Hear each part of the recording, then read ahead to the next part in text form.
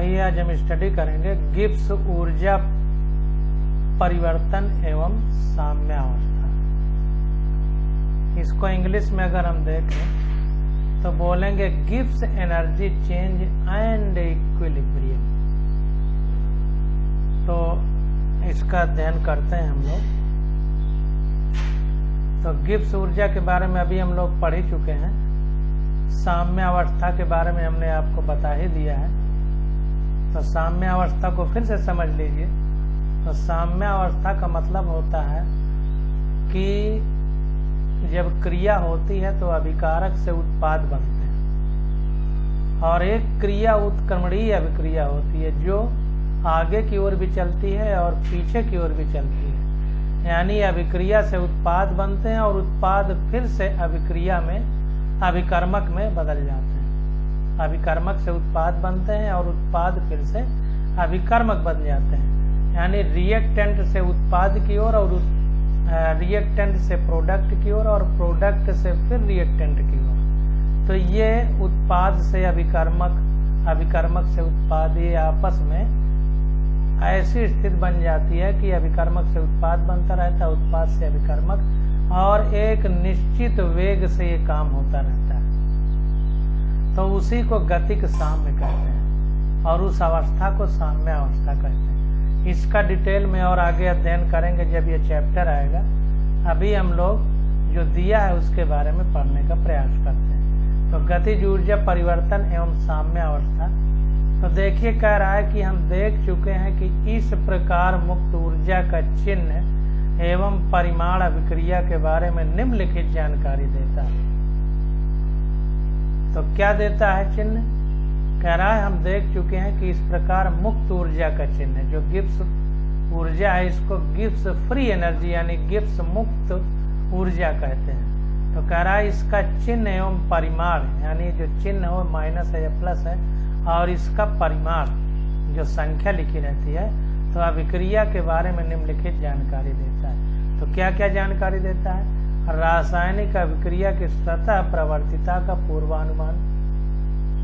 हमने पीछे देखा था कि अगर गिब्स फ्री एनर्जी निगेटिव है तो अभिक्रिया सतह प्रवर्तित होती थी, तो इसका हम पूर्वानुमान लगा सकते हैं। दूसरा कह रहा है कि रासायनिक अभिक्रिया से प्राप्त हो सकने वाले उपयोगी कार्य का पूर्वानुमान। तो रासायनिक अभिक्रिया जो हो रही है उससे प्राप्त हो सकने वाला जो उपयोगी कार्य है उसका पूर्वानुमान भी हम लोग लगा सकते हैं। अब कैसे लगा सकते हैं इसके बारे में अब हम लोग पढ़ने का प्रयास करते हैं। तो कह रहा है अब तक हम अनुत्क्रमणीय अभिक्रियाओं में मुक्त ऊर्जा परिवर्तन पर विचार कर चुके हैं। अनुत्क्रमणीय मतलब जो सिर्फ आगे की ओर चले, पीछे की ओर न चले, मतलब इरिवर्सिबल रिएक्शन। अनुत्क्रमणीय का मतलब उल्टा न चले, यानी उत्पाद से फिर अभिकर्मक न बने।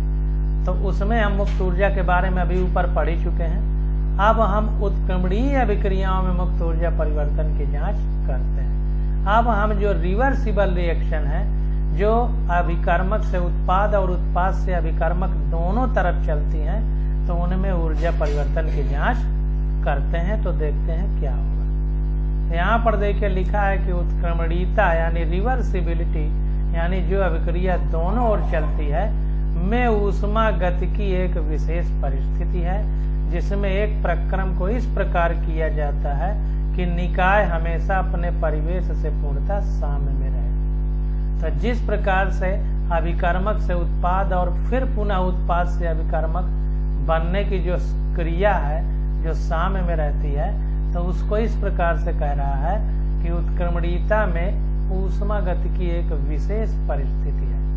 यानी ऊष्मा गति कर रही है, वो एक विशेष परिस्थिति है जिसमें एक प्रक्रम को इस प्रकार किया जाता है कि निकाय हमेशा अपने परिवेश से पूर्णतः साम्य में रहे। तो निकाय और परिवेश दो ही चीजें हैं, यानी सिस्टम और सराउंडिंग। तो सिस्टम से सराउंडिंग में ऊष्मा गति करेगी या सराउंडिंग से सिस्टम में, यानी निकाय से या तो परिवेश में जाएगी या परिवेश से निकाय में आएगी।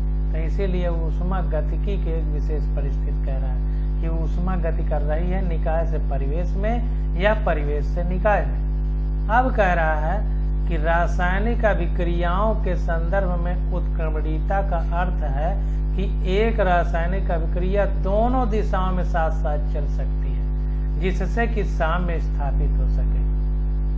तो इसको अंडरलाइन कर लीजिए, जो हमने बताया वही चीज यहाँ पर लिखी हुई है।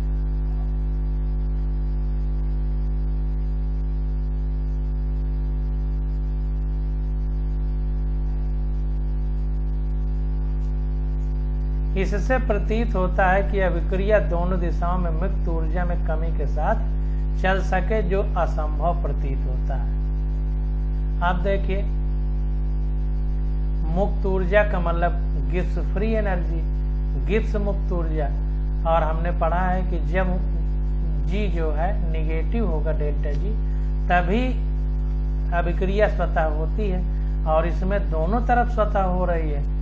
अभिकर्मक से उत्पाद बन रहा है, उत्पाद से अभिकर्मक, दोनों तरफ स्वतः हो रही है। तो यह असंभव सा प्रतीत होता है कि दोनों तरफ कैसे ऊर्जा मुक्त होकर के ऊर्जा में कमी के साथ चल रही है। ऐसा कैसे है? क्योंकि डेल्टा जी जब निगेटिव होता है, गिब्स फ्री एनर्जी जब निगेटिव होगी तभी स्वतः अभिक्रिया होती है।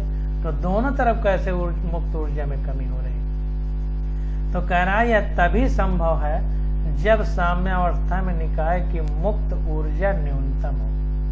ये तभी संभव है जब साम्यावस्था में, जब साम्यावस्था की स्थिति हो में निकाय की मुक्त ऊर्जा न्यूनतम हो। यदि ऐसा नहीं है तो निकाय स्वतः ही कम मुक्त ऊर्जा की स्थिति में परिवर्तित हो जाएगा। अगर ऐसा नहीं है तो जिधर कम ऊर्जा होगी उधर ही निकाय स्वतः ही परिवर्तित हो जाएगा। तो इससे हमको क्या समझ में आया कि जिधर कम ऊर्जा रहेगी उधर अभिक्रिया जाएगी। और दोनों तरफ कैसे कम हो रही है? तो बताया कि जब साम्यावस्था होगी तो मुक्त ऊर्जा उस समय न्यूनतम होगी। जब न्यूनतम होगी तो कम से कम होगी, तो कम की तरफ ही अभिक्रिया चलेगी। तो चूंकि साम्यावस्था में निकाय की मुक्त ऊर्जा न्यूनतम है, इसलिए अभिक्रिया दोनों तरफ साम्य में रहती है, यानी उत्पाद से अभिकर्मक और अभिकर्मक से उत्पाद दोनों तरफ चलती है। अतः साम्य के लिए कसौटी है। तो गतिक साम्य के लिए क्या होगा? मान लो अभिकर्मक या रिएक्टेंट क्या है? ए और बी है, इनसे उत्पाद क्या बन रहा है? सी प्लस डी बन रहा है। तो delta R G equal to 0, न्यूनतम। न्यूनतम का मतलब कम से कम, मतलब 0। तो ये अभिक्रिया के लिए जो है डेल्टा आर जी हमारा 0 है, यानी अभिक्रिया में मुक्त ऊर्जा, मुक्त ऊष्मा कह सकते हैं, या मुक्त ऊर्जा। तो ये न्यूनतम है, न्यूनतम का मतलब 0। तो किसी अभिक्रिया जिसमें सभी अभिकारक एवं उत्पाद मानक अवस्था में हो तो गिब्स ऊर्जा डेल्टा आर जी 0 साम्य अवस्था स्थिरांक से निम्नलिखित समीकरण द्वारा संबंधित होती है। तो ध्यान दीजिए कि अगर कोई अभिक्रिया हो रही हो और उसके सभी अभिकारक एवं उत्पाद मानक अवस्थाओं में हो, स्टैंडर्ड स्टेट में, ध्यान दीजिए यहाँ पर देखिए डेल्टा आर जी लिखा है, यहाँ पर डेल्टा आर जी 0 लिखा है, मतलब मानक अवस्था में अभिकारक और उत्पाद होंगे। तब क्या होगा समीकरण, वो नीचे अभी दिखाया जा रहा है।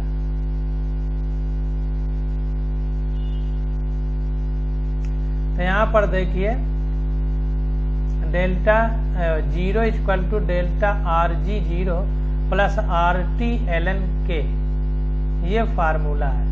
इस समीकरण द्वारा हम लोग साम्य अवस्था में कह रहा है कि किसी अभिक्रिया जिसमें सभी अभिकारक एवं उत्पाद मानक अवस्था में हो तो गिब्स ऊर्जा डेल्टा आर जी 0 साम्य अवस्था स्थिरांक से निम्नलिखित समीकरण द्वारा संबंधित होती है। तो साम्य अवस्था स्थिरांक के है, तो 0 equal to delta R G 0 plus R T L N K, ये होता है। अब जब 0 equal to delta R G 0 plus R T L N K हो जाएगा तो ये डेल्टा जी जब इधर आएगा तो ये निगेटिव में लिखें या इसको निगेटिव में लिखें, तो डेल्टा आर जी 0 हो जाएगा minus R T L N K, अथवा delta R G 0 equal to minus 2.303 R T log K हो जाएगा। एल एन हटेगा तो 2.303 और ये लॉग हो जाएगा। तो हम यह भी जानते हैं कि अब देखिए ये फार्मूला हमारा आ गया, इसको बाद में बंद कर लीजिए।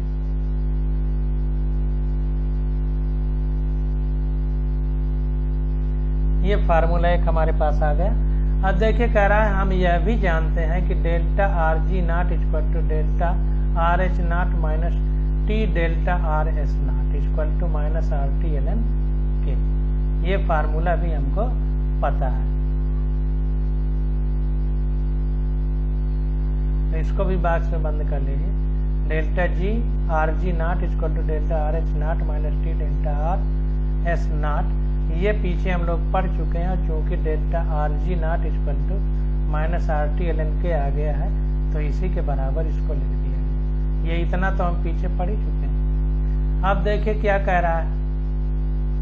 अब कह रहा है कि प्रबल ऊष्मा शोषी अभिक्रियाओं के लिए डेल्टा आर एच जीरो का मान अधिक एवं धनात्मक होता है। जाहिर सी बात है कि अभिक्रिया ऊष्मा शोषी है यानी इंडोथर्मिक है, तो जो निकाय है वातावरण यानी परिवेश से निकाय की ओर ऊर्जा जा रही है, ऊष्मा जा रही है। तो निकाय में ऊर्जा या ऊष्मा की बढ़ोतरी होगी, तो निकाय में कुछ भी बढ़ता है तो धनात्मक लिखा जाता है। तो इसीलिए कह रहा है कि डेल्टा आर एच जीरो का मान यानी मानक रिएक्शन मानक अभिक्रिया ऊष्मा का मान अधिक या धनात्मक होता है। इन परिस्थितियों में के का मान 1 से बहुत कम होगा एवं अभिक्रिया में अधिक उत्पाद बनाने की प्रवृत्ति नहीं होगी।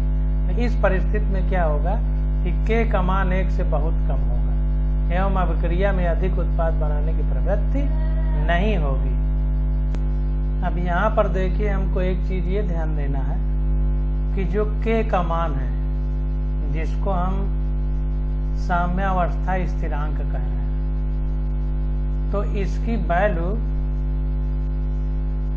ऊष्मा शोषी यानी इंडोथर्मिक रिएक्शन के लिए 1 से कम होती है और ऊष्मा क्षेपी यानी एक्जियोथर्मिक रिएक्शन के लिए 1 से ज्यादा होती है। ये बात हमको ध्यान देना है। तो वही कह रहा है कि प्रबल ऊष्मा शोषी अभिक्रियाओं के लिए, अब प्रबल ऊष्मा शोषी है यानी ऊष्मा निकाय में आ रही है परिवेश से। सोखने का मतलब निकाय सोख ले रहा है, तो कहाँ से सोखेगा? परिवेश से। तो परिवेश से निकाय में आ रही है, इसलिए डेल्टा आर एच जीरो का मान अधिक या यूं कहें कि धनात्मक होता है। तो इन परिस्थितियों में के का मान 1 से बहुत कम होगा एवं अभिक्रिया में अधिक उत्पाद बनाने की प्रवृत्ति नहीं होगी, यानी अधिक उत्पाद नहीं बना पाएगा अगर ऊष्मा शोषी अभिक्रिया है, क्योंकि डेल्टा एच पॉजिटिव हो जाएगा। जब ये डेल्टा एच पॉजिटिव होगा और अधिक होगा तो जाहिर सी बात है घटाने पे मान कितना आएगा? धनात्मक आएगा, क्योंकि ये खुद ही के बहुत कम हो जा रहा है, तो इधर वाला मान और कम होगा। तो जब कम होगा तो जाहिर सी बात है कि अभिक्रिया हमारी जो है ये मान धनात्मक आएगा और स्वतः अभिक्रिया के लिए डेल्टा आर जी जीरो का मान क्या होना चाहिए? ऋणात्मक होना चाहिए। तो जब मान धनात्मक आएगा तो इसका मतलब अभिक्रिया और आगे ज्यादा नहीं जाएगी। तो इसलिए जो है कह रहा है कि अधिक उत्पाद बनाने की प्रवृत्ति नहीं होगी। अब देखिए अगर अभिक्रिया ऊष्मा क्षेपी है तो जाहिर सी बात है कि निकाय से ऊष्मा परिवेश में चली जा रही है, तो डेल्टा आर एच जीरो का मान क्या होगा? अधिक ज्यादा एवं ऋणात्मक होगा, ऋणात्मक हो जाएगा। तो ये ऋणात्मक हो गया, ये ऋणात्मक होगा तथा डेल्टा आर जी जीरो का मान अधिक एवं ऋणात्मक संभावित है। ये भी अधिक होगा और ऋणात्मक होगा।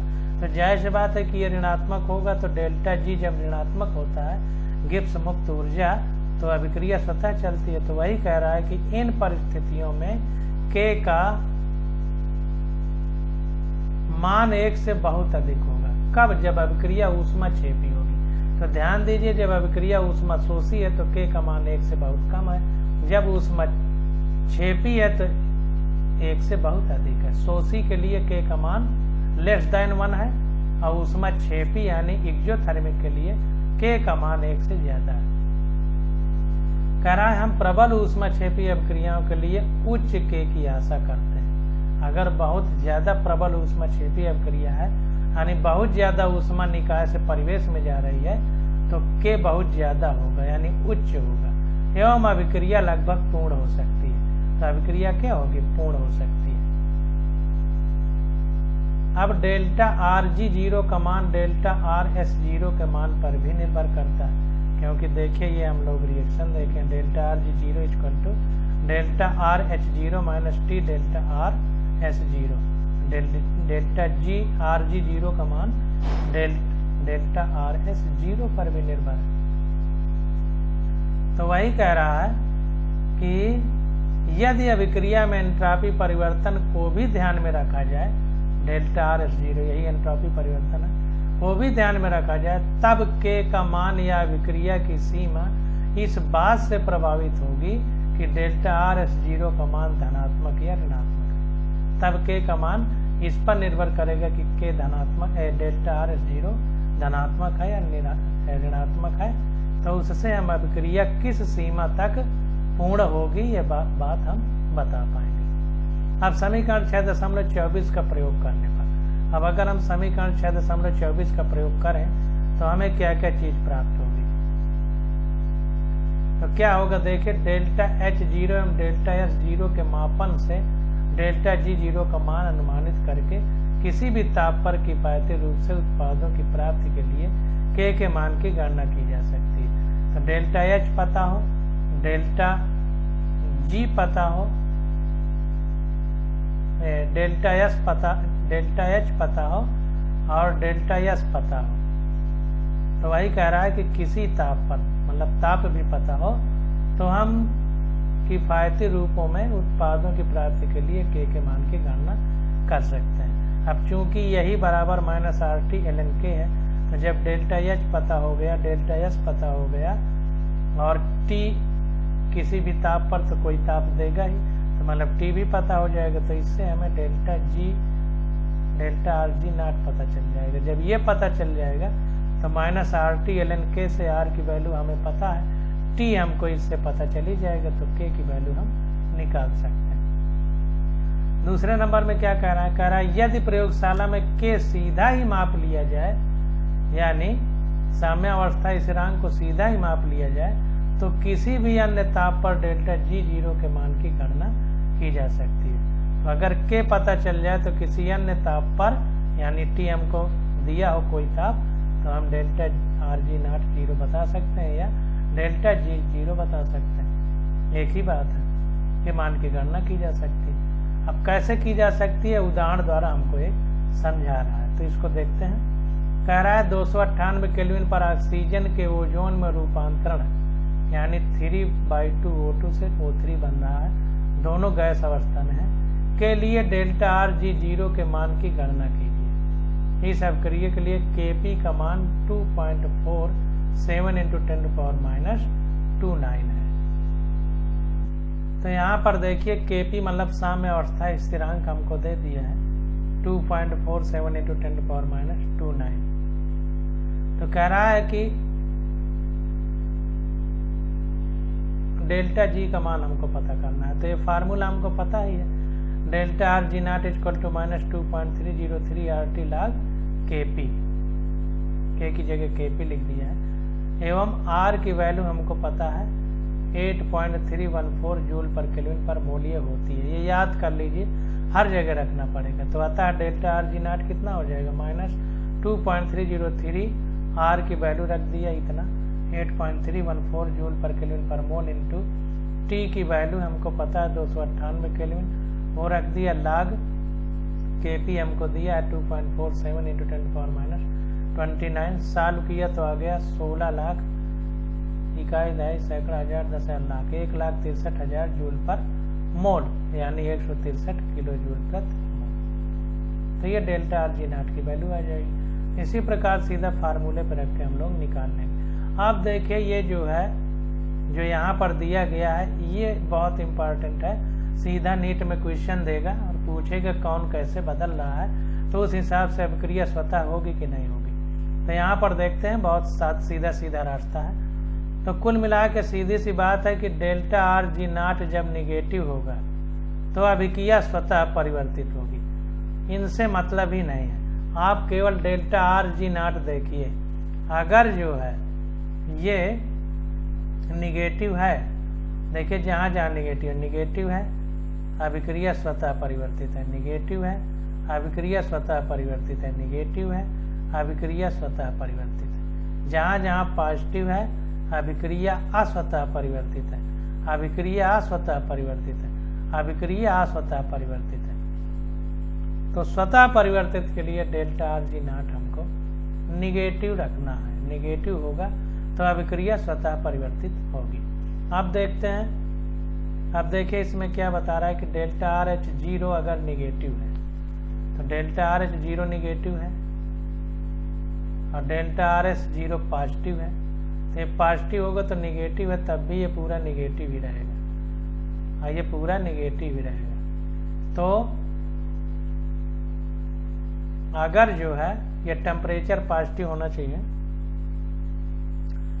तो वही कह रहा है कि डेल्टा आर एच जीरो अगर निगेटिव है और डेल्टा आर एस जीरो अगर पॉजिटिव है, तो ये पॉजिटिव है तो निगेटिव तो वैसे लगा है, इसमें निगेटिव है तो निगेटिव निगेटिव उत्तर निगेटिव में आएगा, मतलब ये निगेटिव रहेगा। तो सभी ताप पर अभिक्रिया स्वतः प्रवर्तित होगी, सभी ताप पर, कोई भी ताप तो अभिक्रिया स्वतः परिवर्तित होगी। अब यहाँ पर देखिए T का मान हमको केल्विन में लेना है और T की वैल्यू 0 से कम होती ही नहीं, तो जाहिर सी बात है T की बात इसीलिए यहाँ पर नहीं की गई है, T की बात इसीलिए नहीं, क्योंकि T में केल्विन में टेम्परेचर 0 से कम होता ही नहीं, इसलिए T की बात यहाँ नहीं की है।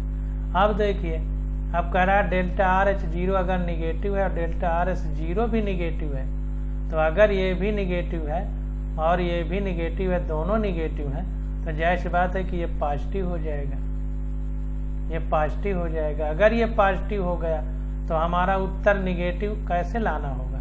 निगेटिव लाने के लिए जरूरी है कि T को बहुत निम्न होना पड़ेगा, तभी ये जब निगेटिव में चला जाएगा तो ये निगेटिव हो सकता है। तो इसीलिए अगर इसको निगेटिव करना है तो टेम्परेचर को निम्न रखना पड़ेगा, तो निम्न ताप पर अभिक्रिया स्वतः प्रवर्तित होगी। अब देखिए, अगर डेल्टा आर एच निगेटिव है जीरो और डेल्टा आर एस जीरो भी निगेटिव है और ये धनात्मक है डेल्टा आर जी जीरो, तो जाहिर सी बात है कि ये T जब उच्च होगा तभी धनात्मक होगा, क्योंकि ये भी ऋणात्मक हो गया, ये भी ऋणात्मक होगा, तो ये जब उच्च होगा, बहुत ज्यादा होगा, तो यहाँ पर देखिए जब ये डेल्टा आर एस भी निगेटिव होगा तो निगेटिव निगेटिव ये पॉजिटिव हो जाएगा, तो उत्तर हमारा धनात्मक आएगा, उत्तर हमारा धनात्मक आएगा। तो उच्च ताप पर जो है, अब ये ज्यादा होगा तब भी धनात्मक आएगा, तो उच्च ताप पर अभिक्रिया अस्वतः प्रवर्तित होगी, क्योंकि ये धनात्मक आ गया, ऋणात्मक होता तो स्वतः परिवर्तित होता। आप देखिए, अगर ये भी धनात्मक है, ये भी धनात्मक है, ये भी धनात्मक है और ये भी धनात्मक है, तो धनात्मक उत्तर कब लाएंगे? धनात्मक तभी आएगा जब ये पूरा कम हो, क्योंकि ये भी धनात्मक है, ये भी धनात्मक है, तो धनात्मक लाने के लिए जरूरी है कि ये कम हो, तभी तो ये ज्यादा होगा तो उत्तर धनात्मक आएगा। तो टेम्परेचर को निम्न होना पड़ेगा, जब टेम्परेचर कम होगा तो ये वैल्यू पूरी कम हो जाएगी, तभी उत्तर हमारा धनात्मक आएगा। तो निम्न ताप पर अभिक्रिया अस्वतः परिवर्तित हुई, क्योंकि ये धनात्मक हो गया। अब देखिए, अगर ये दोनों धनात्मक हो, ये भी धनात्मक हो, ये भी धनात्मक, और अगर डेल्टा आर जी ऋणात्मक है तो ऋणात्मक कैसा आएगा? ये भी धनात्मक है, ये भी धनात्मक है, तो हमको ऋणात्मक लाने के लिए क्या करना पड़ेगा? अभी ये भी धनात्मक हो गया, ये भी धनात्मक हो गया, तो ऋणात्मक लाना है तो जाहिर सी बात है कि ये पूरी वैल्यू ज्यादा होनी चाहिए, तो ज्यादा होने के लिए क्या करना पड़ेगा? T को उच्च होना पड़ेगा। जब T ज्यादा हो जाएगा तो ये पूरी वैल्यू ज्यादा आएगी, तो घटाने पर ऋणात्मक वैल्यू आएगी, तो ऋणात्मक आएगी तो कब होगा? उच्च ताप पर, तो उच्च ताप पर अभिक्रिया स्वतः प्रवर्तित होगी। अब देखिए, अगर ये धनात्मक हो जाए, ये ऋणात्मक हो जाए, ये धनात्मक है ऋणात्मक, ये धनात्मक हो जाए, ये ऋणात्मक हो जाए, और उत्तर धन में लाना है, तो ये धनात्मक है और ये ऋणात्मक है, तो ऋण ऋण धन हो जाएगा, तो ऋण धन हो जाएगा, तो ये भी धन हो गया, ये भी धन हो जाएगा, हो गया। तो टेम्परेचर चाहे ज्यादा हो चाहे कम हो, जब ये पूरा धन ही हो जा रहा है तो जोड़ने में धन धन ही आएगा, तो जब धन धन ही आएगा तो चाहे उच्च ताप हो चाहे निम्न ताप हो, सारे तापों पे हमारा प्लस चिन्ह ही आएगा सभी ताप पर, तो सभी ताप पर अभिक्रिया अस्वतः प्रवर्तित होगी। तो इन बातों को अच्छे से समझ लीजिए। तो वही कह रहा है कि पद निम्न ताप एवं उच्च ताप तुलनात्मक है। किसी विशेष अपक्रिया के लिए उच्च ताप औसत कमरे का ताप भी हो सकता है। तो जो निम्न ताप और उच्च ताप की बात हो रही है, यह तुलनात्मक ताप है। कोई ऐसी भी अपक्रिया हो सकती है कि कमरे के ताप पर हो तब भी वो उच्च ताप के अंतर्गत आए। तो यह अभिक्रिया पर निर्भर करेगा। अब देखिए अगला एग्जाम्पल है, कह रहा निम्नलिखित अपक्रिया के लिए 298 केल्विन पर साम्य स्थिरांक का मान ज्ञात कीजिए। तो साम्य स्थिरांक का मान निकालना है इस रिएक्शन के लिए। 2NH3 gas plus CO2 gas उत्क्रमणीय अभिक्रिया का चिन्ह लगाया, इसको रिवर्सिबल रिएक्शन कहेंगे, उत्क्रमणीय अभिक्रिया। NH2CO NH2 aqueous plus H2O liquid, ये अभिक्रिया है। तो इसके लिए हमें साम्य स्थिरांक का मान ज्ञात करना। हमको दिया क्या क्या है, दिए गए ताप पर 298 केल्विन है, तो दिए गए ताप पर मानक गिब्स ऊर्जा डेल्टा R0 का मान -13.6 किलो जूल प्रति मोल है। अब देखिए डेल्टा G की वैल्यू निगेटिव है, तो इसका मतलब ये स्वतः प्रवर्तित रिएक्शन है। तो हमको पता है कि डेल्टा RG0 इक्वल टू होता है 2.303 RT log K। तो log K इक्वल टू हो जाएगा minus delta RG0 upon 2.303 RT। सीधा फार्मूला हमको पता है, सीधा वैल्यू रख देंगे। तो माइनस डेल्टा RG0 कितना है, -13.6 गुणे 10 की आते 3 जूल पर मोल है। ये वैल्यू है हमारी डेल्टा RG0 की, निगेटिव में रखना है। ये पूरी वैल्यू को निगेटिव में रखा है। यहाँ पर देखिए फार्मूला दिया है, delta RG0 equal to minus RT ln K। तो चिन्ह सहित रखना है। तो minus delta RG0 upon 2.303 RT। तो यहाँ पर ये देखिए रख दिया -13.6 गुणे 10 की घात 3 जूल पर मोल अपान ये वैल्यू हो गई 2.303, ब्रैकेट में R का मान रखा 8.314 जूल पर केल्विन पर मोल। टेम्परेचर दिया 298 केल्विन, हमेशा केल्विन में रखना है, ध्यान देना। ना केल्विन में दिया हो तो 273 जोड़ करके सेंटीग्रेड को केल्विन में बदल लेंगे। तो ये बाल सॉल्व करने पे आ गया 2.38 log K। तो K बराबर हो जाएगा NT log 2.38। तो ये वैल्यू होती है 2.4 × 10⁻²। तो ये हमारा आंसर हो जाएगा K की वैल्यू। अब यहाँ पर ये देखिए वैल्यू निगेटिव में है और यहाँ भी माइनस लगा है, तो ये माइनस माइनस प्लस हो गया है, तभी ये सीधा इतनी वैल्यू आ गई है 2.38। अब अगला क्वेश्चन है हमारे पास, कह रहा है 60 डिग्री सेंटीग्रेड ताप पर डाई नाइट्रोजन टेट्रा ऑक्साइड 50% वियोजित होता है। 60 डिग्री पर डाई नाइट्रोजन टेट्रा ऑक्साइड 50% वियोजित होता है। एक वायुमंडलीय दाब एवं इस ताप पर मानक मुक्त ऊर्जा परिवर्तन की गणना कीजिए। तो एक वायुमंडलीय दाब एवं इस ताप पर 60 डिग्री सेंटीग्रेड ताप पर मानक मुक्त ऊर्जा परिवर्तन यानी डेल्टा G की वैल्यू हमको बताना है। देखिए डाई नाइट्रोजन टेट्राऑक्साइड यानी N2O4, नाइट्रोजन 2 है, ऑक्सीजन 4 है। टेट्रा का मतलब 4 होता है, पेंटा का मतलब 5 होता है, हेक्सा का मतलब 6 होता है, हेप्टा का मतलब 7 होता है, ऑक्टा का मतलब 8 होता है, नैनो का मतलब 9 होता है। तो N2O4 का मतलब डाई नाइट्रोजन टेट्राऑक्साइड। तो कह रहा है वियोजित होता है, मतलब टूटता है। तो जब ये वियोजित होता है तो क्या बनेगा, 2 मोल NO2 गैस बनती है। N2O4 गैस से टूट करके 2 मोल NO2 गैस बनती है। कह रहा है यदि N2O4 50% वियोजित होता है तो दोनों पदार्थों का मोल अंश होगा। अब ये देखिए क्वेश्चन में कह रहा है कि 50% वियोजित होता है, यानी 1 मोल है तो 1 मोल का आधा मोल वियोजित होता है। तो हम मोलों की संख्या अगर निकालना हो तो N2O4 के मोल की संख्या क्या होगी, जिसका निकालना हो उसका ऊपर बटे टोटल करते हैं। तो आधा मोल वियोजित होता है, 50% का मतलब आधा ही हुआ, तो अगर 1 मोल है तो उसका आधा, तो ये 1 ही है। जब कुछ नहीं लिखा होता तो 1 होता है, तो 1 मोल है। तो 1 और आधा वियोजित होता है, तो 1 में से आधा घटा दीजिए 0.5 अपान टोटल कितना है? टोटल हमारा 1 मोल तो है ही और प्लस 50% वियोजित होता है, तो प्लस 0.5 हो गया। अब देखिए इसको इस प्रकार समझिए, तब आप समझ पाएंगे। N2O4 से NO2 बन रहा है। NO2 के 2 मोल है और N2O4 का 1 मोल है।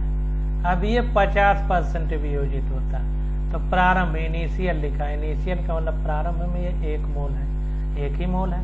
तो प्रारंभ में जब रिएक्शन नहीं हुई थी तो ये 0 था।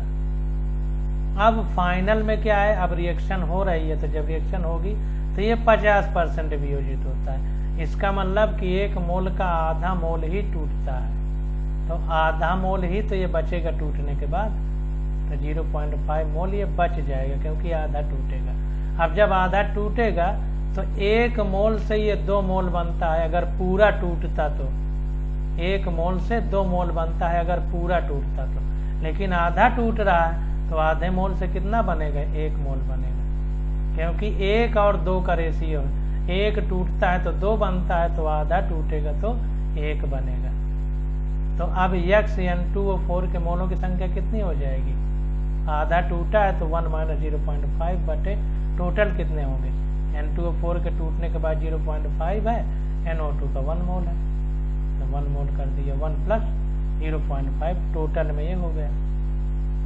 अब NO2 की अगर बात हो तो NO2 की बात हो तो देखिए NO2 में क्या है? 2 मोल है NO2 के, 2 मोल है, तो 2 × 0.5 करके 1 + 0.5 करें, या जिसके मोल निकाले जाते हैं उसको ऊपर रखते हैं और बाकी टोटल को नीचे। तो टोटल तो 1 + 0.5 हो ही गया। और NO2 के कितने मोल हैं? 1 मोल है, तो 2 × 0.5 करोगे तब भी 1 आएगा, चाहे डायरेक्ट 1 रख दीजिए। तो दोनों तरीके हमने आपको बता दिए। चाहे इस तरह समझ लीजिए कि 0.5 टूटेगा, 50% का मतलब आधा, तो 0.5, तो इसके मोल निकालना है तो ये ऊपर रहेगा बटे टोटल, तो 2 × 0.5 हो गया अपान ये 1 मोल था तो 1 + 0.5, ये 1 मोल है, आधा टूटेगा, प्लस ये टूटने के बाद ये आधा बचेगा 0.5। तो जो हम बताएं ये ज़्यादा आसान है कि N2O4 है, 2 NO2 बन रहा है, तो प्रारंभ में ये 1 मोल है और 0 है, लेकिन जब टूट रहा है तो 50% टूट रहा है, तो 1 मोल है तो 50% टूट जाएगा, यानी आधा। तो कितना बच जाएगा? आधा बचेगा, तो 1 मोल है तो आधा बच गया 0.5। और ये बनेगा कितना? 1 मोल टूटता तो 2 मोल बनता, तो आधा मोल टूट रहा है तो 1 मोल बनेगा, तो 1 मोल कर दिए। अब N2O4 के मोल अंश निकालना है तो हम इसको ऊपर करके टोटल कर देंगे, तो ये ऊपर 0.5 बटे टोटल 0.5 + 1। और इसके मोल निकालेंगे मोल अंश, तो इसके मोल ऊपर बटे टोटल, तो 1/0.5 + 1, तो 1/0.5 + 1, ये 1 ही है। 2 में 0.5 का गुणा करोगे तो 1 आएगा। इस प्रकार से PN2O4 क्या हो गया? PN2O4 मतलब इसका दाब अगर निकालना हो, आंशिक दाब जिसको कहते हैं, तो आंशिक दाब अगर निकालना हो तो हम लोग कैसे निकालते थे? मोल अंश जिसका निकालना हो आंशिक दाब गुणे जो हमको दाब दिया गया हो वायुमंडलीय दाब पर।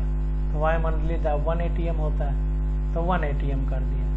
तो आंशिक दाब = मोल अंश जिसका निकालना हो आंशिक दाब गुणे ये वायुमंडलीय दाब कर दिया। इसी प्रकार अब PNO2 का निकालना है तो 1/1.5, NO2 का 1 है, × 1 कर दिया। तो साम्य स्थिरांक क्या होता है? Kp हो जाएगा,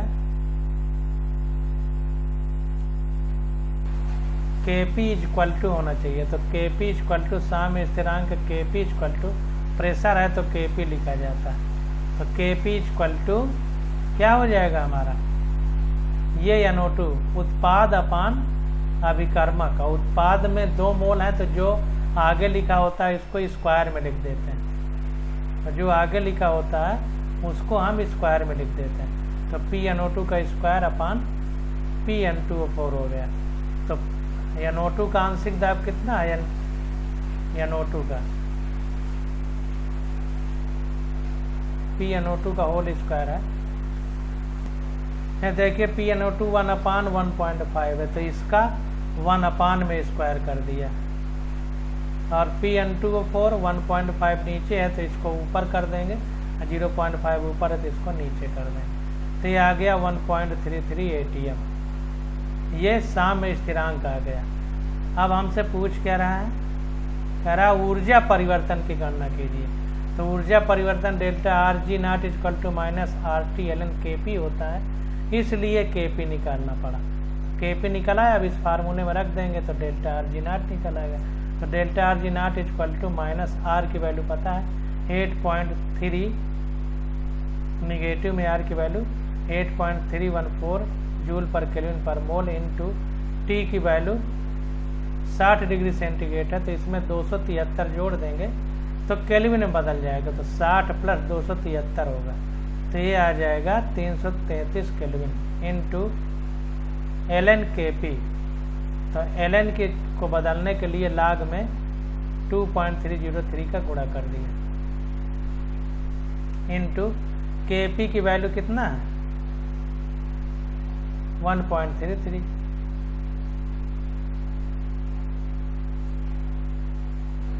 तो यहाँ पर देखिए लाग KP की जगह 1.33 रखा है, तो इस वैल्यू को सीधा जो है जैसे एंटी लाग करके लिखा था तो सीधा लिख दिया है, तो सीधा वैल्यू को निकाल के रख दिया 0.1239, तो ये आ गया -763.8 किलो जूल प्रति मोल।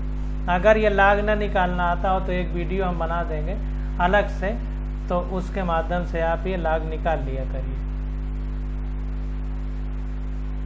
अब देखिए इतना क्वेश्चन हो गया हमारा। अब आगे आ जाता है सारांश। सारा चैप्टर खत्म हो गया है, अब सारांश आ जाता है। तो कह रहा है ऊष्मागतिक रासायनिक एवं भौतिक प्रक्रमों में ऊर्जा परिवर्तन से संबंध रखती है।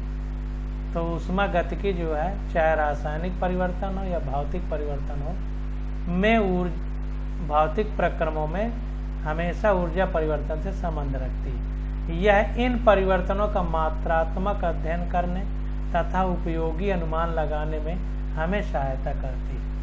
इन कार्यों के लिए हम ब्रह्मांड को निकाय एवं परिवेश में विभाजित करते हैं। देखिए पूरे ब्रह्मांड को निकाय और परिवेश 2 चीजें में विभाजित करता है, यानी सिस्टम और सराउंडिंग में। रासायनिक एवं भौतिक प्रक्रम ऊष्मा क्यू उत्सर्जन या अवशोषण के साथ होते हैं।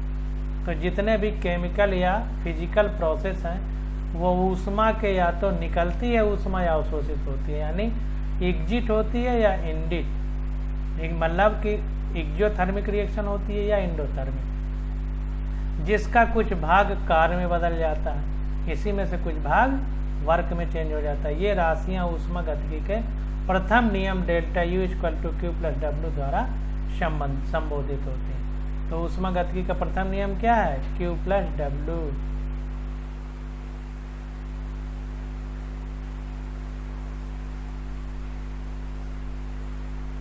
अब कह रहा है कि डेल्टा U प्रारंभिक एवं अंतिम अवस्था पर निर्भर करता है तथा U अवस्था फलन है।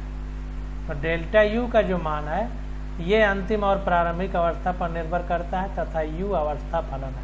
अवस्था फलन का मतलब केवल प्रारंभिक अवस्था और अंतिम अवस्था पर निर्भर करे वो प्रक्रिया जिससे वो प्रारंभिक से अंतिम अवस्था में पहुंचा, इस बात पर निर्भर न करे।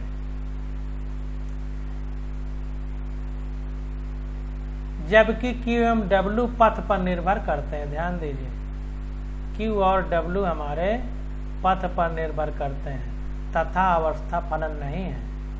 ये अवस्था फलन नहीं है। अंतिम और प्रारंभिक अवस्था के साथ साथ किस रास्ते से गुजर रहे हैं उस पर भी QW निर्भर करेगा।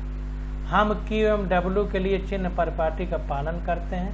यदि इन्हें निकाय को दिया जाए तो इन्हें धनात्मक चिन्ह देते हैं। हम ऊष्मा के एक निकाय से दूसरे निकाय में स्थानांतरण का मान मापन कर सकते हैं, जिससे ताप में परिवर्तन होता है। तो हम Q तथा चिन्ह परिपाटी के अनुसार अगर हम किसी निकाय को Q या W देते हैं तो उसको धनात्मक चिन्ह देते हैं। तापमान में वृद्धि का मान पदार्थ की ऊष्माधारिता C पर निर्भर करता है, अतः अवशोषित या उत्सर्जित ऊष्मा Q = C डेल्टा T होता है। यदि गैस का प्रसरण होता है तो कार्य का मापन W = P expansion delta V से ज्ञात करते हैं। एक्सपेंशन PEX का मतलब एक्सपेंशन, एक्सपेंशन का मतलब फैलाव, प्रसार या प्रसरण। उत्क्रमणीय प्रक्रम में आयतन के अत्यणु परिवर्तन के लिए P एक्सपेंशन = P का मान रख सकते हैं। अगर उत्क्रमणीय प्रक्रम है तो आयतन के अत्यणु परिवर्तन के लिए P एक्सपेंशन या P प्रसरण बराबर P का मान रख सकते हैं। अतः W रिवर्सिबल यानी उत्क्रमणीय अभिक्रिया में कार्य के लिए -P dV, इस अवस्था में हम गैस समीकरण PV = nRT का उपयोग कर सकते हैं। P dV का मतलब बहुत सूक्ष्म परिवर्तन V में, तो PV = nRT का भी उपयोग यहाँ पर कर सकते हैं PV की जगह, ये बता रहा है। अब इतना हमारा हो गया, अब आगे देखते हैं। तो यहाँ पर देखिए जो कह रहा है कि उत्क्रमणीय प्रक्रम में आयतन के अत्यणु परिवर्तन मतलब बहुत सूक्ष्म परिवर्तन, dV का मतलब बहुत सूक्ष्म, तो उसके लिए हम P एक्सपेंशन की जगह P रख सकते हैं। तो इसलिए W रिवर्सिबल यानी उत्क्रमणीय में रिवर्सिबल का मतलब उत्क्रमणीय होता है, तो W उत्क्रमणीय = -P dV रख दिया। अत्यणु परिवर्तन मतलब बहुत सूक्ष्म परिवर्तन के लिए P एक्सपेंशन यानी प्रसरण की जगह डायरेक्ट P लिख दिया। अथवा इस अवस्था में हम गैस समीकरण PV = nRT का उपयोग कर सकते हैं। स्थिर आयतन पर W = 0, जाहिर सी बात है स्थिर आयतन होगा तो dV यानी आयतन में परिवर्तन 0 होगा, तो W 0 हो जाएगा क्योंकि ये पूरा 0 हो जाएगा। डेल्टा U = QV हो जाएगी। डेल्टा U = Q + W, जब W 0 हो जाएगा तो डेल्टा U = Q के बराबर हो जाएगी। और चूंकि आयतन स्थिर है इसलिए QV लिखा है, V का मतलब वॉल्यूम मतलब स्थिर आयतन पर।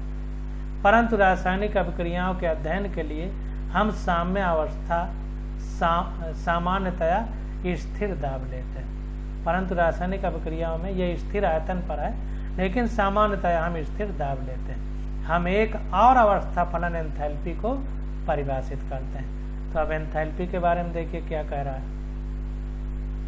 कह रहा है एंथैल्पी परिवर्तन delta H = delta U + delta NG/RT का मापन सीधे स्थिर दाब पर ऊष्मा परिवर्तन से किया जा सकता है। यहाँ HP = QP है। तो एंथैल्पी परिवर्तन के फार्मूला हमें पता है, delta H = delta U + delta NG/RT का मापन सीधे स्थिर दाब पर ऊष्मा परिवर्तन से किया जा सकता है, जहाँ डेल्टा H = QP लिख देंगे। तो डेल्टा H QP लिख देंगे यानी स्थिर दाब पर ऊष्मा परिवर्तन या डेल्टा H। एंथैल्पी परिवर्तन के कई प्रकार हैं। प्रावस्था परिवर्तन जैसे गलन, वाष्पीकरण एवं ऊर्ध्वपातन। तो गलन का मतलब जमने का है, फ्रीजिंग, और वाष्पीकरण का मतलब कि द्रव से वाष्प में बनने का है, और ऊर्ध्वपातन का मतलब सीधा ठोस से ही गैस अवस्था में बदल जाने। तो वही कह रहा है कि एंथैल्पी परिवर्तन कई प्रावस्थाएं सामान्यतया स्थिर ताप पर होते हैं। ये सब सामान्यतया स्थिर ताप पर होते हैं। तो ध्यान दीजिए, जब अवस्था परिवर्तन होता है तो ताप में परिवर्तन नहीं होता, क्योंकि जो तापमान वाली ऊर्जा है वो अणुओं के इस अवस्था को परिवर्तन में खर्च हो जाती है, इसलिए टेम्परेचर में परिवर्तन नहीं होता। तो ध्यान दीजिए।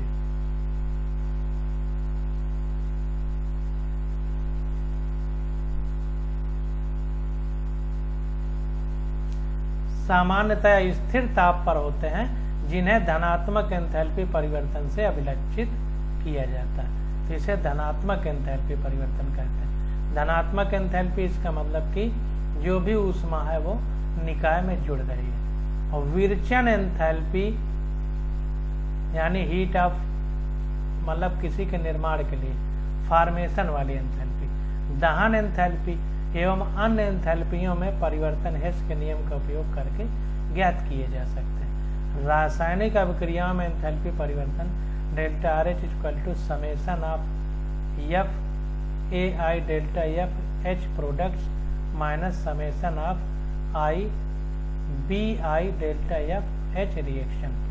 तो ये देखिए उत्पाद की एंथैल्पी में परिवर्तन है, ये अभिकर्मक की एंथैल्पी में परिवर्तन है, और ये जो आगे ए आई बी आई गुणा किया गया है तो गुणांक है, जो मोलों की संख्या होती है तो वो गुणांक है। और ये फाइनल है या इनिशियल है, ये आपका मतलब फाइनल, क्योंकि प्रोडक्ट फाइनल होता है, आई का मतलब इनिशियल होता है। तो इन बातों को समझ के हम लोग आगे बढ़ेंगे। अब देखिए आगे कह रहा है कि गैसीय अवस्था में, अब गैसीय अवस्था में अगर हमको अभिक्रिया की एंथैल्पी में परिवर्तन निकालना है तो कैसे निकालेंगे? जितने अभिकर्मक हैं उनके आबंध ऊर्जा है उसका टोटल माइनस जितने उत्पाद हैं उनकी आबंध ऊर्जा का टोटल घटा देंगे। उत्पाद की आबंध ऊर्जा अभिकर्मक की आबंध ऊर्जा में से घटा देंगे, तो गैसीय अवस्था में अभिक्रिया की ऊष्मा हमको प्राप्त हो जाएगी। ये देखिए इम्पॉर्टेंट है, अभिक्रिया की ऊष्मा में अभिकारकों में से उत्पाद को घटाया जा रहा है। अन्य सब जगह देखे होंगे कि इधर उत्पाद रहता है, इधर अभिकर्मक रहते हैं। जैसे यहीं देखिए प्रोडक्ट यानी उत्पाद, यहाँ रिएक्टेंट यानी अभिकर्मक, इसमें उल्टा होता है, इसको ध्यान दीजिए। तो गैसीय अवस्था में अभिक्रिया की ऊष्मा, अब देखिए मानक ऊष्मा है क्योंकि जीरो लगाया है, तो मानक ऊष्मा है तो अभिकर्मकों की आबंध ऊर्जा माइनस उत्पादों की आबंध ऊर्जा। अब देखिए आगे देखते हैं, कह रहा है कि ऊष्मा गतिकी का प्रथम नियम रासायनिक अभिक्रिया की दिशा के बारे में हमें निर्देशित नहीं करता, अर्थात यह नहीं बताता कि रासायनिक अभिक्रिया का प्रेरक बल क्या है, केवल अवस्था फलन पर निर्भर करता है, प्रारंभिक और अंतिम अवस्था पर केवल निर्भर करता है। इस बात को नहीं बताता है कि रासायनिक अभिक्रिया का प्रेरक बल क्या है। विलगित निकाय के लिए डेल्टा यू इक्वल टू 0 होता है। डेल्टा यू 0 क्यों होता है? क्योंकि delta U equal to Q plus W होता है। अब विलगित निकाय का मतलब आइसोलेटेड सिस्टम। अब आइसोलेटेड सिस्टम का मतलब है कि न निकाय से परिवेश में ऊष्मा और द्रव्यमान जा पाएगा, न परिवेश से निकाय में ऊष्मा और द्रव्यमान आ पाएगा। तो जब आ ही नहीं पाएंगे तो Q भी 0 होगा और W भी 0 होगा, तो डेल्टा U भी 0 होगा। अतः हम इस कार्य के लिए दूसरा अवस्था फलन S एंट्रापी परिभाषित करते हैं। तो अगर विलगित निकाय है तो उसके लिए हम क्या करते हैं, दूसरा एक अवस्था फलन लेते हैं जिसको एंट्रापी कहते हैं, क्योंकि ऐसे हम लोग कुछ पता ही नहीं कर पाएंगे। तो एंट्रापी अव्यवस्था का मापन है। एक स्वतः परिवर्तित प्रक्रम के लिए कुल एंट्रापी परिवर्तन धनात्मक है। अब ध्यान दीजिए, स्वतः परिवर्तित हो रहा है तो एंट्रापी परिवर्तन धनात्मक है क्योंकि एंट्रापी अव्यवस्था है। लेकिन अगर स्वतः परिवर्तन हो रहा है तो गिब्स मुक्त ऊर्जा, Gibbs free energy delta G ऋणात्मक होता है। दोनों बातों को ध्यान दीजिए, डेल्टा एस धनात्मक होता है स्वतः परिवर्तित के लिए, जबकि डेल्टा जी ऋणात्मक होता है। तो देखिए एक विलगित निकाय के लिए डेल्टा यू कितना है, 0, जबकि डेल्टा एस कितना है, 0 से ज्यादा है। अतः एंट्रापी परिवर्तन स्वतः परिवर्तित प्रक्रम को विभेदित करता है, जबकि ऊर्जा परिवर्तन नहीं करता। तो हमें यह पता है कि एंट्रापी क्या करता है, स्वतः परिवर्तित प्रक्रम को विभेदित करता है, जबकि ऊर्जा परिवर्तन नहीं करता, क्योंकि डेल्टा यू 0 है। डेल्टा यू क्या होती है, आंतरिक ऊर्जा। तो जब आंतरिक ऊर्जा डेल्टा यू मतलब आंतरिक ऊर्जा में परिवर्तन 0 है, इसका मतलब ऊर्जा में परिवर्तन एंट्रापी नहीं करता है। अव्यवस्था ऊर्जा में परिवर्तन नहीं करती है। ऊर्जा में परिवर्तन होगा ही नहीं, क्यों?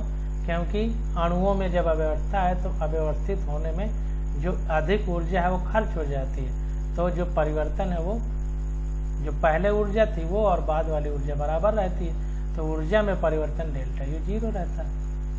उत्क्रमणीय प्रक्रम के लिए एंट्रॉपी परिवर्तन समीकरण delta S equal to Q reversible यानी उत्क्रमणीय अपान टी से ज्ञात किया जा सकता है।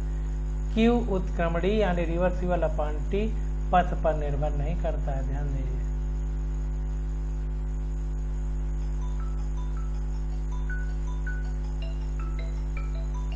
ये पथ पर निर्भर नहीं करता, इस बात को ध्यान देना। अब आगे देखते हैं, कह रहा है चूंकि अधिकांश रासायनिक अभिक्रियाएं स्थिर दाब पर होती हैं, अतः हम दूसरा अवस्था फलन गिब्स ऊर्जा यानी कैपिटल जी परिभाषित करते हैं। चूंकि अधिकांश रासायनिक अभिक्रियाएं स्थिर दाब पर होती हैं, अभी ऊपर भी हमने पढ़ा, तो कह रहा है कि अब इसके लिए हम नया अवस्था फलन जी परिभाषित करते हैं, जो निकाय के एंट्रॉपी एवं एंथैल्पी परिवर्तनों से समीकरण delta R G equal to delta R H minus T delta R H द्वारा संबंधित है। स्वतः परिवर्तित प्रक्रम के लिए delta G system is smaller than 0। ध्यान दीजिए, डेल्टा जी सिस्टम, जैसे अभी डेल्टा एस का उपयोग आइसोलेटेड यानी विलगित निकाय के लिए किया गया है। ये बहुत इंपॉर्टेंट है, ध्यान देना कि विलगित निकाय के लिए डेल्टा एस दिया गया है, और डेल्टा जी सिस्टम यानी निकाय का जब डेल्टा जी 0 से कम होगा यानी ऋणात्मक होगा तो स्वतः परिवर्तित होगी अभिक्रिया, स्पॉन्टेनियस होगी। और साम्यावस्था के लिए डेल्टा जी सिस्टम जो है यानी डेल्टा जी निकाय जो है 0 होगा, यानी निकाय की मुक्त ऊर्जा 0 होगी साम्य अवस्था में।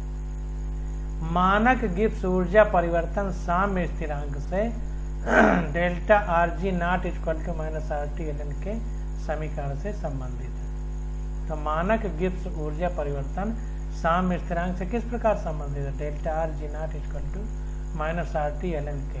ये सब समीकरण आप लोग याद कर लीजिए। इसकी सहायता से डेल्टा आर जी नॉट ज्ञात होने पर के का मान ज्ञात किया जा सकता है। ये पता हो तो के का मान ज्ञात हो जाएगा। आर की वैल्यू हमें याद ही रहती है, टी का मान दिया जाएगा। डेल्टा आर जी नॉट का मान समीकरण डेल्टा आर जी नॉट बराबर delta R H naught minus T delta R H not से ज्ञात किया जा सकता है। अगर डेल्टा जी की वैल्यू निकालना हो तो पहले इससे इस वैल्यू से डेल्टा आर जी नॉट की वैल्यू निकाल लेंगे। देखिए मानक है, मानक जब 0 होता है तो मानक होता है स्टैंडर्ड वैल्यू। समीकरण में ताप एक महत्वपूर्ण कारक है। धनात्मक एंट्रॉपी परिवर्तन वाली कई अभिक्रियाएं जो कम ताप पर अस्वतः परिवर्तित हों उन्हें उच्च ताप पर स्वतः परिवर्तित बनाया जा सकता है। तब धनात्मक एंट्रॉपी परिवर्तन वाली कई अभिक्रियाएं अगर कम ताप पर वो स्पॉन्टेनियस नहीं है, स्वतः परिवर्तित नहीं है, तो अगर ताप बढ़ा दिया जाए तो स्वतः परिवर्तित हो जाती हैं। अब देखिए अभ्यास वाले प्रश्न आ गए। तो आज का लेक्चर यहीं तक, अब आगे स्टडी करेंगे अगले लेक्चर में।